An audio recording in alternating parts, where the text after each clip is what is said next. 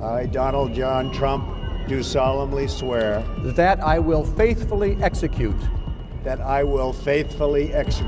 the office of President of the United States.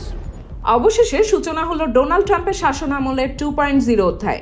দ্বিতীয়বারের মতো যুক্তরাষ্ট্রের প্রেসিডেন্ট পদে রিপাবলিকান এই নেতা 20 জানুয়ারি ক্ষমতায় বসেই বেশ কিছু পদক্ষেপ নিয়েছেন যুক্তরাষ্ট্রের 47তম এই প্রেসিডেন্ট। শপথ নিয়েই ছুড়ে ফেলেছেন জো বাইডেনের নেওয়া 78টি নীতি আদেশ। Trump is signing is the rescission of 78 Biden-era executive actions, executive orders, presidential memoranda, and others.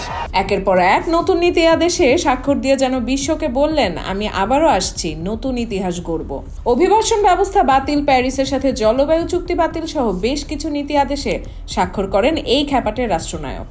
গেল 4 বছর উত্তর কোরিয়ার সাথে যুক্তরাষ্ট্রের কূটনৈতিক সম্পর্ক ছিল বিগত সময়ের চেয়ে সব থেকে তলানিতে।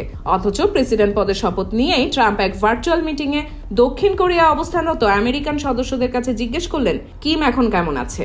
উত্তর কোরিয়ার সাথে আমেরিকার সম্পর্ক বেশ খারাপ হলেও কিমের সাথে খুব ভালো একটা সম্পর্ক রয়েছে ট্রাম্পের। কিমের সাথে ভবিষ্যতে দেখা করবেন ট্রাম্প, সেটা ধরেই নেওয়া যায়। যুক্তরাষ্ট্রের প্রেসিডেন্ট নির্বাচনের আগে থেকেই ধারণা করা হচ্ছিল নির্বাচিত হলে অভিবাসন বিরোধীর ব্যাপারে ট্রাম্প কঠিন পদক্ষেপ নেবেন।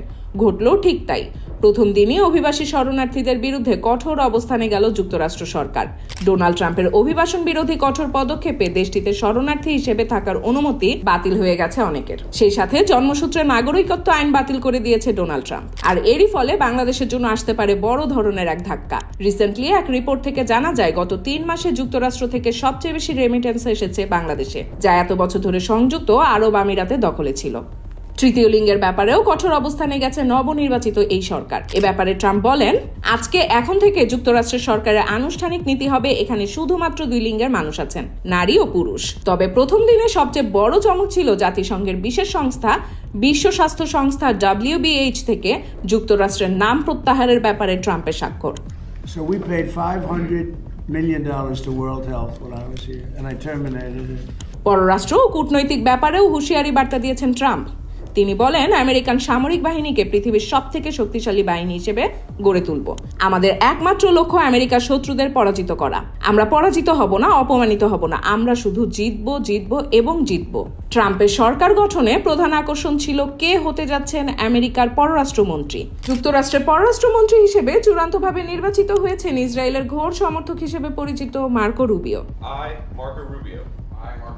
The Constitution of the United States. আর এরই ফলে অনেকেই আশঙ্কা করছে, নতুন করে কি আবারও হামাস ইসরায়েলের মধ্যকার যুদ্ধ হবে। সাম্প্রতিক সময়ে যুক্তরাষ্ট্র থেকে টিকটক ব্যান করা হয়েছে, এমনকি প্লে স্টোর থেকেও চাইনিজ এই অ্যাপটিকে মুছে দিয়েছে জো বাইডেন সরকার। তবে ট্রাম্প ক্ষমতায় আসার ফলে ফের টিকটক চালু হতে পারে বলে জানা যায়। And as of today, TikTok is back. তবে শর্ত হিসেবে টিকটকের আয়ের 50% যুক্তরাষ্ট্র সরকারকে দিতে হবে।